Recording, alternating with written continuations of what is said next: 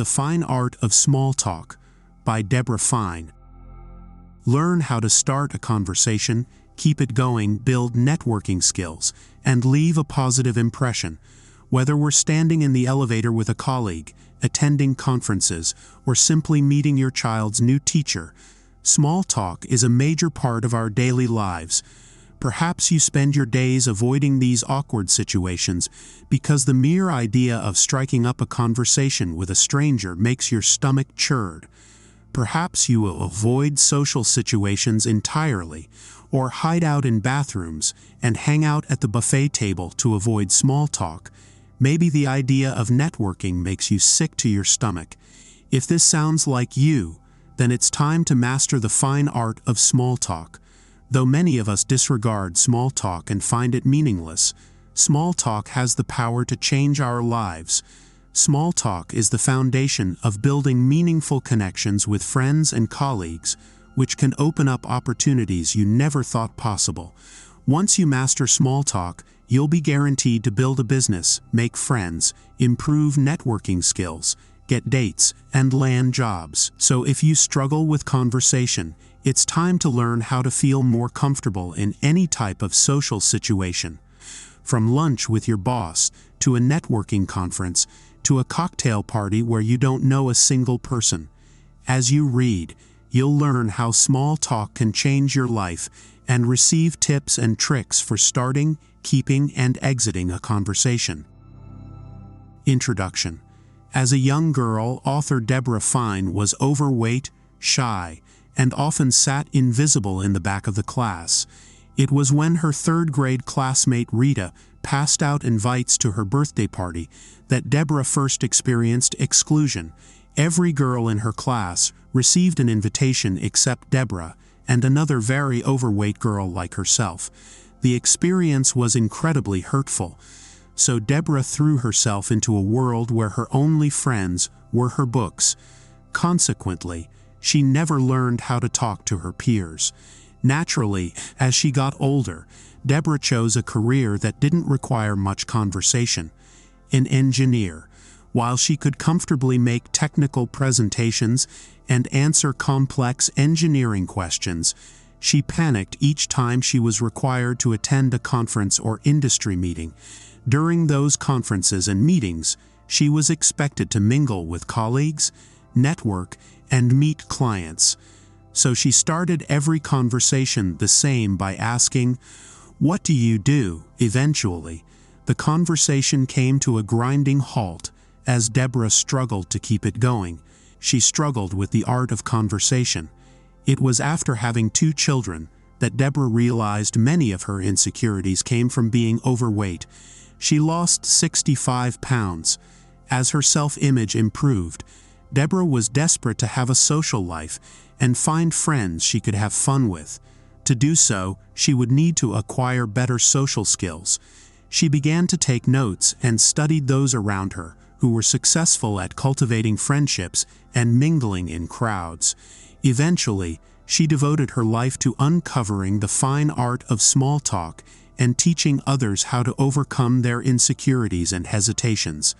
The best part, everyone can learn the techniques, tips, and skills for successful conversations. And when you begin winning at conversations, you'll be surprised at the improvement in your quality of life. You'll begin to bring new people into your network of friends and colleagues, and you'll find joy in social events rather than dread. You'll create pathways and channels for new opportunities that you never thought possible. Are you ready to win at conversations? Great. So enough small talk, let's get down to business. Chapter 1. Become a better conversationalist by taking a risk. How do you feel about small talk? Many people think of small talk as the lowly stepchild of real conversation. They believe it's meaningless and a waste of time. Small talk, however, serves an important function. Without small talk, you can never get to that real conversation. It allows you to break the ice and clear the way for intimate conversation and lays the foundation for a stronger relationship. The good news is that conversation skills can be learned by everyone. When you see others with good conversational skills, how does it make you feel? Perhaps you think they just have a natural ability to mingle happily, that some biological mechanism makes them a natural at small talk. The truth is, most people have to work hard at conversation. Through practice, seminars, personal coaches, and studying books, those people learned the skills and practiced them. Take author Debra, for example, who used to be a geeky, introverted engineer, but simply became a pro at conversation by learning and practicing. It's that simple. After the events of 9/11, a pilot instructed his passengers departing Denver International Airport to introduce themselves and learn about one another. This simple act proves that we have truly lost the art of conversation. But why? We have become accustomed to respecting people's space and privacy, so we avoid getting to know the person sitting right next to us. In fact, the biggest reason we avoid small talk is our fear of rejection. So the first step in becoming a better conversationalist is to take the risk of starting one. You can't simply hope that others will approach you. Instead, it's up to you to make the first move. It's not nearly as hard as you might think, and more importantly, it puts you in charge of your own destiny. You get to choose. Begin your conversation with a smile. When someone smiles at you, you are naturally inclined to smile back, right? So be the first to smile and greet another person. Smile, say a few words, and be sure that you make eye contact. In just a few seconds, you'll have begun to establish a rapport. If the mere thought of smiling and saying hello is daunting for you, there are plenty of ways that you can practice. Practice by walking through the mall and simply saying hello to 10 people as you pass them. You can even do this at the grocery store by greeting 3 other shoppers. Practice until it feels natural for you. In some cases, not introducing yourself can have severe consequences. Debra learned this important lesson when attending corporate events at her friend's company. At these events, Debra admired the senior vice president, Bob, who displayed grace and confidence when it came to mingling and making small talk. Unfortunately, Debra was always too intimidated to introduce herself to Bob and simply kept to herself. When Debra moved into engineering sales, she called on Bob to reintroduce herself and attempt to sell her employer's services. Before she even finished her pitch, however, Bob cut her off, saying, "I can't believe you're calling me. We've been at the same parties a dozen times, and you've ignored me at every one. You're the biggest snob I know. I have no interest in buying anything from you." To her horror, Bob had interpreted Debra's shyness as arrogance, but it's a mistake that can be easily made. So put forth the effort, because silence is certainly not golden. Chapter 2. The Importance of Names. Now that you have committed to having a conversation, you must now remember the single most important rule of a good conversation. Learn and use their names. To master this skill, you'll need to stay focused during the introduction and repeat the name back in your greeting. Like, "Nice to meet you, Debra." Unfortunately, many of us are too busy concentrating on our replies to remember the other person's name. So focus on the name, repeat it, and then formulate your answer. If you do happen to get distracted and miss the other person's name, confess. Simply say something like, "Excuse me, I'm not sure I got your name." This is always a better option over faking it. Never ever fake it. This is especially true when you run into someone who you've met previously, but have forgotten their name. Simply say, "I'm so sorry. I've forgotten your name. Please remind me." Be proactive, and you'll prevent any impending disaster. Instead of being proactive, we typically try to avoid people because we've forgotten their names. However, if we assume the burden and tell the truth, chances are that we'll go on to have a pleasant conversation. In fact, if we ignore someone because we are embarrassed over having forgotten her name, then your behavior may be misconstrued as rude. Sometimes we meet people with foreign or unusual names. When this happens, you must make the effort to learn the correct pronunciation, even if it means repeating the name a few times. When you take the time to learn another person's name, you are expressing a genuine interest in that person and making the person feel warm and comfortable. On the other hand, when you become too lazy to learn a difficult name, you are sending a message that learning his name is not worth your trouble. In fact, learning names has many benefits in addition to making people feel comfortable. For example, when Debra was seated at a table of 8, she immediately introduced herself to the 3 sitting at the table. As the others arrived, Debra extended her hand, introduced herself, and made the introductions to the other 3. She acted as the host, which put everyone at ease, and created an atmosphere of warmth and appreciation that naturally encouraged conversations. Acting as a host can position you as a leader in the group. When it comes to names, it's also important to nix the nicknames. For example, if a colleague introduces himself as Michael, then don't call him Mike. If he wanted you to call him Mike, then he would have introduced himself that way. So make the effort to use their name and don't shorten it without permission. Finally, it's better to give than to receive. Think about giving your name as a random act of kindness, even if you've met him or her previously and think they should remember your name. Instead, say something like, "Hi Patrick, Debra fine. How are you?" By stating your name, you let Patrick off the hook, and he doesn't have to waste conversation time being distracted trying to recall your name. Chapter 3. Use icebreakers and open-ended questions. Of course, conversations don't just end after introductions. It's your job to keep them going, which may seem daunting, but there are many icebreakers you can use to make the conversation flow naturally and easily. Many people make the mistake of simply using a statement by itself like, "What a beautiful day." However, when you make a statement, you can't guarantee whether it will land or even get tossed back. Statements are indirect invitations to chat. Instead, you should be direct, so there is no doubt that you are starting a dialogue. Instead of, "What a beautiful day," try, "What a beautiful day. What's your favorite season of the year?" It's an easy opener that tells the person that you want to engage in conversation. In fact, many of us stress over starting a conversation because we perceive it as harder than it is. But let's look at this story.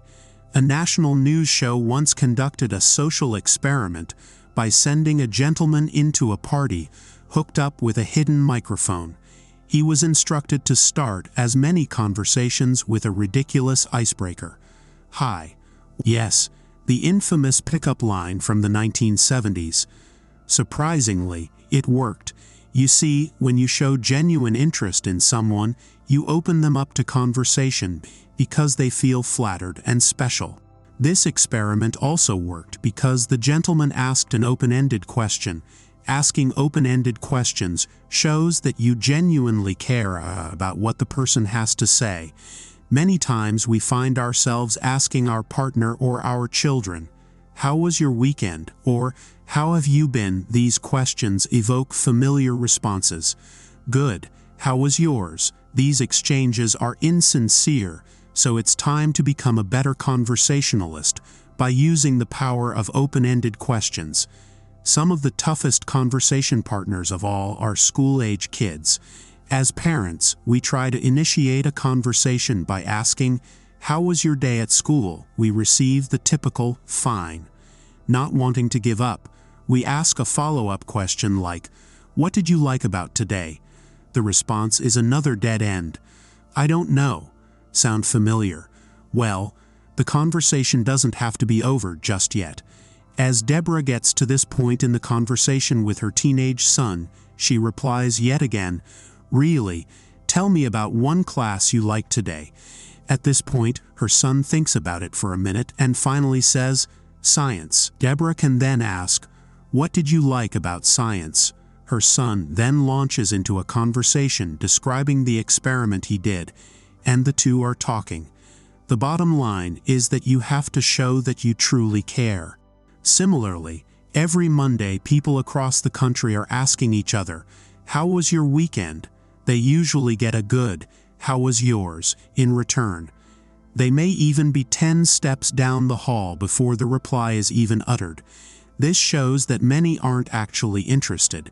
In fact, questions like this are simply a form of greeting, not a sincere inquiry into the lives of your colleagues. So the next time someone says their weekend was great, you can reply with something like, "What was so great about it?" or "Tell me about it." A response like this lets the person know that you are genuinely interested in hearing more.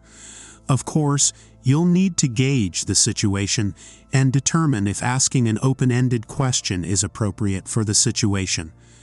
For example, if you ask your coworker something personal, but he immediately changes the topic back to business, then take it as a sign that he doesn't want to engage in small talk at the moment. Respect your colleagues and talk about the preferred topics of conversation. Chapter 4. The importance of body language and listening. So now that you've learned about the talking part of a conversation, it's time to move on to an equally important aspect of conversation: listening. The problem in many conversations is that our human brain can take on much more information that one person can realistically divulge. This causes us to become distracted in conversation. When this happens, we begin to listen to other conversations, think about what we are going to have for dinner, and even drift away into our private thoughts. Oftentimes, we drift too far, and suddenly we've missed something important. Have you ever been having a conversation with someone and become frustrated when you feel as if they aren't listening? What is that person doing that lets you know they aren't listening? Maybe they're looking away, looking on their phone, crossing their arms, or exhibiting behavior that seems as if they're uninterested. That's because nonverbal communication is significantly more important than verbal communication. In fact, Ray Birdwhistle estimated that in a normal two-person conversation, verbal components carry less than 35% of the social meaning of the situation, while nonverbal components account for over 65%. For instance, when 8-year-old Nicholas comes home from school, he excitedly begins to tell his dad about his great day at school. He explains everything that happened that day, including painting a cool picture of the mountains, playing soccer in gym class, and scoring a goal. Meanwhile, Nick's dad is reading the newspaper.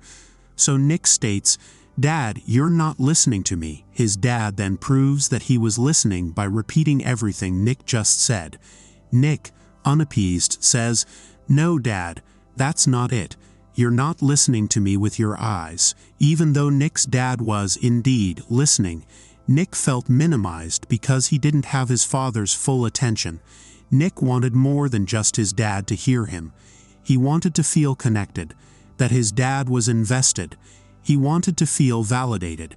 This is why it's important in conversation to be aware of your body language. You might be listening, but when you exhibit a certain behavior, like looking away, crossing your arms across your chest, putting your hands on your hips, fiddling with jewelry, or even glancing away from the person who is speaking, you give the impression that you are uninterested and don't care.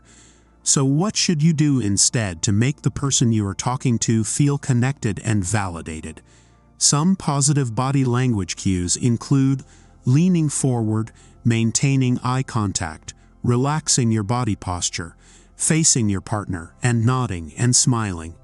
By exhibiting these cues, you are showing your speaking partner that you are involved and interested. Of course, body language is just part of the conversation. You should also aim to use verbal cues to let the speaker know that you are fully engaged in the conversation. These can be anything from brief comments to open-ended questions. For example, simply saying, I see," while nodding your head can be a cue that you are engaged and listening. When appropriate, you can use other verbal cues to transition to another topic, saying, "That reminds me of," or blatantly asking, "Do you mind if I change the subject?"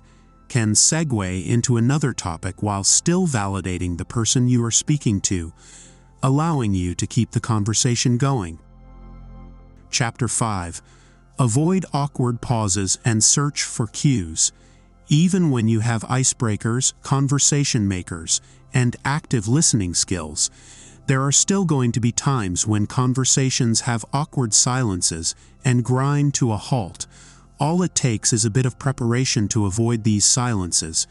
Don't worry, you won't need PowerPoint slides, presentations, or laser pointers for this kind of preparation. Instead, you simply need a repertoire of questions in your mind to prepare for when things begin to slow down. Some foolproof ideas might be to ask about a recent film that just premiered or bringing up a book that you recently finished reading. One of the toughest audiences that many people struggle to make small talk with are acquaintances we see every once in a while. You have some history together, you know a bit about them, and you have no idea what they've been up to in the year since you last saw one another. This is a great opportunity because it's best to assume that things have likely changed in the past 12 months. So instead of asking what's new, which will likely be met with "not much," try keeping the conversation rolling with something like, "Bring me up to date on what's new with the family, how's your wife, husband, partner," or even "What's changed in your life since we last spoke." By being more specific, you can open yourself up to learn more about your acquaintance. Of course, this strategy can backfire if someone has recently lost a job or experienced a death in the family. In these situations, stick with more generic questions and allow the person to bring up details on their own. If you're still struggling to come up with conversation starters, take a look around. The location and occasion of an event offer a wide variety of information. For example, at a wedding, you can start with something like, "I was the bride's college roommate. How do you know the couple?" Similarly, if you're at a seminar or convention, simply asking "What brought you here?" is an easy way to start a conversation. Additionally, you can get a lot of information by observing people's behavior. Perhaps you notice someone is left-handed. You can inquire, "Is it challenging being left-handed? What pet peeves do you have about it?" Or maybe the person has an accent. You can say, "I thought I heard an accent. What part of the country world are you from?" By simply observing your surroundings and people, you can come up with many conversation points that will help you keep the small talk flowing. However, if you struggle to come up with questions on the spot, you can help jog your memory with the acronym FORM: Family, Occupation, Recreation, and Miscellaneous. The first three are pretty self-explanatory, but the miscellaneous category can be anything, including asking about a popular film, book, or even a recent news event. The key in any category, however, is to be authentic when talking to someone. If you aren't genuinely interested, no amount of planning and preparation will save you from a doomed conversation. Chapter 6. How to exit a conversation with ease. At some point, exiting a conversation is necessary whether you're trying to escape a conversation killer or simply want to circulate more. There are several ways in which you can artfully exit a conversation. If you're like most people, you may remain in conversation longer than you should for two reasons. 1, you feel trapped if it's just a two-person dialogue, or 2, you feel so comfortable you don't want to leave. In the latter, comfort leads to complacency, so if you're somewhere like a networking event, you'll need to continue striking up conversations with others to get the most out of the event. So if you want to skillfully leave a conversation, begin by circling back to why you connected with your conversation partner and bring the conversation back to that topic. By doing this, you are making a meaningful connection where you can then take your leave easily. This may look a little something like this. Tom, it's been wonderful talking with you about the changes impacting the healthcare industry. I need to catch up with another client before she leaves. Thanks for sharing your expertise. Notice that there was no excuse for leaving. When it comes to gracefully exiting a conversation, honesty is the best policy. Even if you're itching to get out of an awful conversation, you should aim to exit tactfully. So try some diplomatic lines like, I want to go talk to the speaker. I need to go see the exhibits. I want to meet some other potential clients this morning. And I promised myself that I'd meet 3 new people before leaving this evening, which are all successful exit lines because they put the focus on you. You are the reason you are leaving the conversation, and by highlighting your own goals, you take the burden off your conversation partner. You can even borrow a strategy from the late George Plimpton, who planned ahead in case he ever got stuck with a bore at parties. Plimpton always carried 2 drinks, so if he found himself wanting to escape a conversation, he would politely excuse himself by saying he had to deliver the drink. The cardinal rule, however, is doing what you said you were going to do. For example, if you departed a conversation saying you were going to go see the exhibits, don't get sidetracked before doing so. So if Vince stops you on your way to the exhibits, it's up to you to say, Vince, it's so good to see you. I was just on my way to the exhibits. Would you like to join me, or can I catch up with you afterward? If you make the mistake of getting distracted, you run the risk of insulting the person you just ended a conversation with, who now believes you were never on your way to the exhibit in the first place. Don't burn a bridge by failing to get to your next destination. You can even make a graceful exit by asking your conversation partner for a referral. For instance, if you've been talking to Shelley at a cocktail party but need to see more people before it ends, Shelley can help you. You can say, Shelley, I've been having trouble with the graphics package on my Mac at home. Do you know anyone here who uses this program on a PC? Shelley will either give you a good lead or say she doesn't know anyone.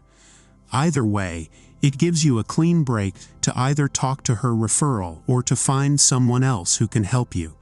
Simply thank Shelley, tell her you want to find someone who can help you, and say goodbye. The key here is that you don't invent a problem just to end the conversation. Be honest and stick to your agenda. At the end of the day, ending a conversation may be difficult, but it can be done gracefully enough so that you leave a lasting impression, make connections, and accomplish your networking or conversational goals. Chapter 7. Final summary. The power of small talk can change your life. All it takes is a bit of knowledge and practice, and you'll be winning at conversations before you know it. Begin by taking charge and initiating conversations. A simple smile and nod can be enough to grab the attention of a willing participant. Next, you'll want to engage your partner with open-ended questions and genuinely become interested in their answers. Make a warm introduction, use positive body language, and prepare for pauses with an arsenal of generic questions you can ask to keep the conversation flowing. In the end, small talk is all about making your partner feel connected and validated, so pay attention to the details like their name and use it in conversation. Finally, once it's time to move on, make a graceful exit and start the cycle again with someone new. Soon, you'll be an expert, making life-changing connections and unleashing the power of small talk.